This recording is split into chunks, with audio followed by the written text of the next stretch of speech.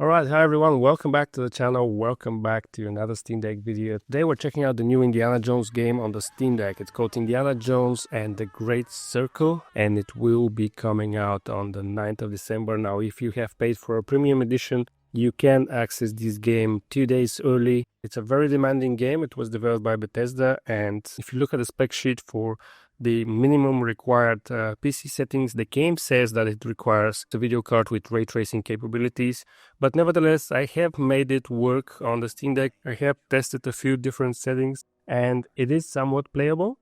Now I am trying to target 30 FPS here, and for the most part it will stay just a bit below 30 FPS, but this doesn't hinder the gameplay that much. As you'll see in the video, I will go through a couple of the missions in the first couple of hours of the game.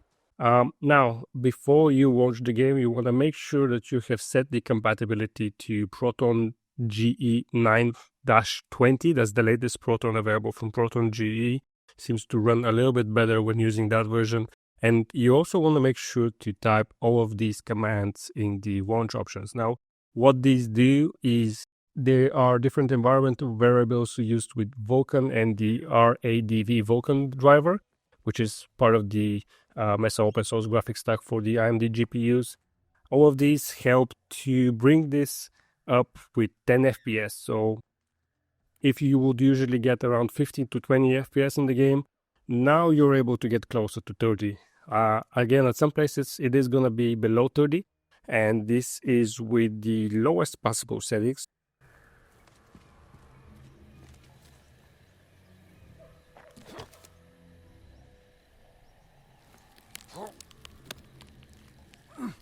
I will share the settings screen now. So looking at the settings, I have set this to everything to low, and the actual in-game resolution is also lower than 800p. So you want to go to resolution settings and you want to change this to the one under 800p. So I think that's 1152 by 720. And that should give you a picture that doesn't look too blurry and you can still make out things. At the same time giving you a little bit of a boost in the FPS. You can go even lower to like 960 by 600. I have also tested that, but I think that just loses too much of the visual fidelity and it's kind of not worth it playing like that. I am going to say that this is somewhat playable, and people in the comments are going to tear me apart saying that no way this is playable, but you have to understand that for some people the Steam Deck is the only gaming machine that they have, and if they wanted to play this game they could. Most of the time it will be between 25 and 30 FPS, but you are able to play it.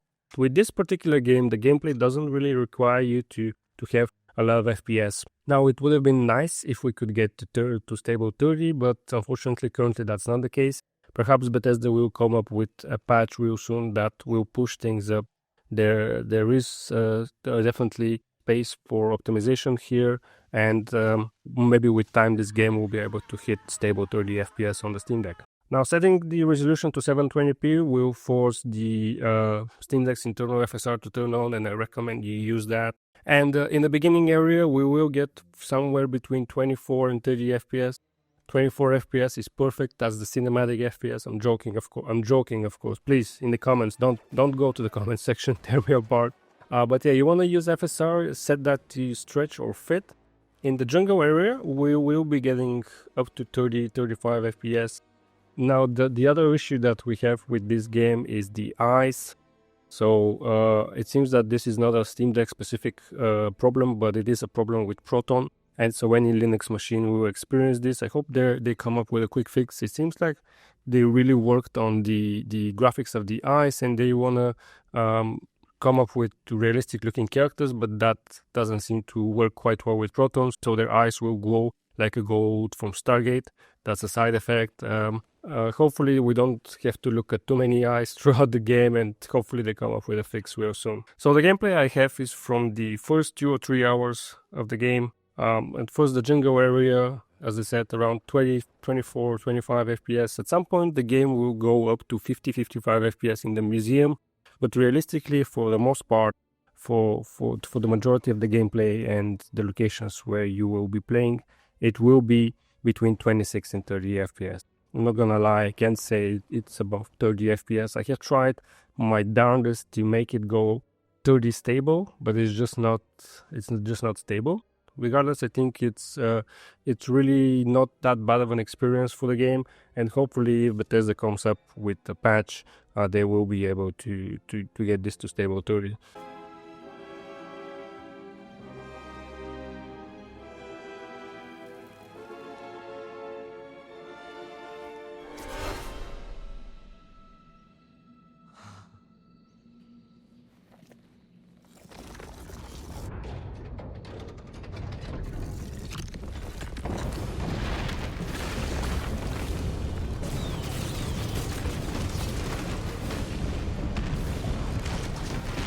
So the second area that I have played is the museum. Now with the museum, it does seem like during nighttime, it is a little bit less demanding. So you are able to get a little bit more FPS out of it. But as soon as you go into the day and as soon as you go into a normal gameplay, it will drop down back to 30 FPS. Now, in terms of the Steam Deck specifically, the game does feature a full controller support, and the Steam Deck controls pretty intuitive to play with. I didn't have any issues with the actual controls. The third level, where we are in Rome, in the Sant'Angelo Castle, we can see that we're back to 24 FPS. During combat, it drops even to 23. And while walking around, you can get up to 30. But again, most of the time it will be between 25, 24, and 30 FPS. In terms of battery life, for the most part, the battery life on the OLED will be about 2 hours and 35 minutes. There are parts of the game where you are just trying to solve puzzles, so it isn't that much demanding. So it can go quite a bit up, but overall, on average, it will be about 2 hours and 35 minutes on the lowest possible settings with the 720p resolution. So that's pretty much it for the video. I think the game is actually very, very interesting. I kind of wasn't sure if the first person will work in this game, but it actually is very fun to play even at this resolution and this frame rate. Hopefully Bethesda will come up with a patch soon to at least fix the eyes, and I do believe that with time and with some more optimization, this game will be able to run at stable 30 FPS on the Steam Deck. So thanks for watching the video. If you guys did find it helpful, please consider hitting that like button. Let me know in the comments if you are going to be playing Indiana Jones and the Great Circle. And also let me know if there are any specific games you want me to test on the Steam Deck. Thanks for watching the video, and I'll see you in the next one.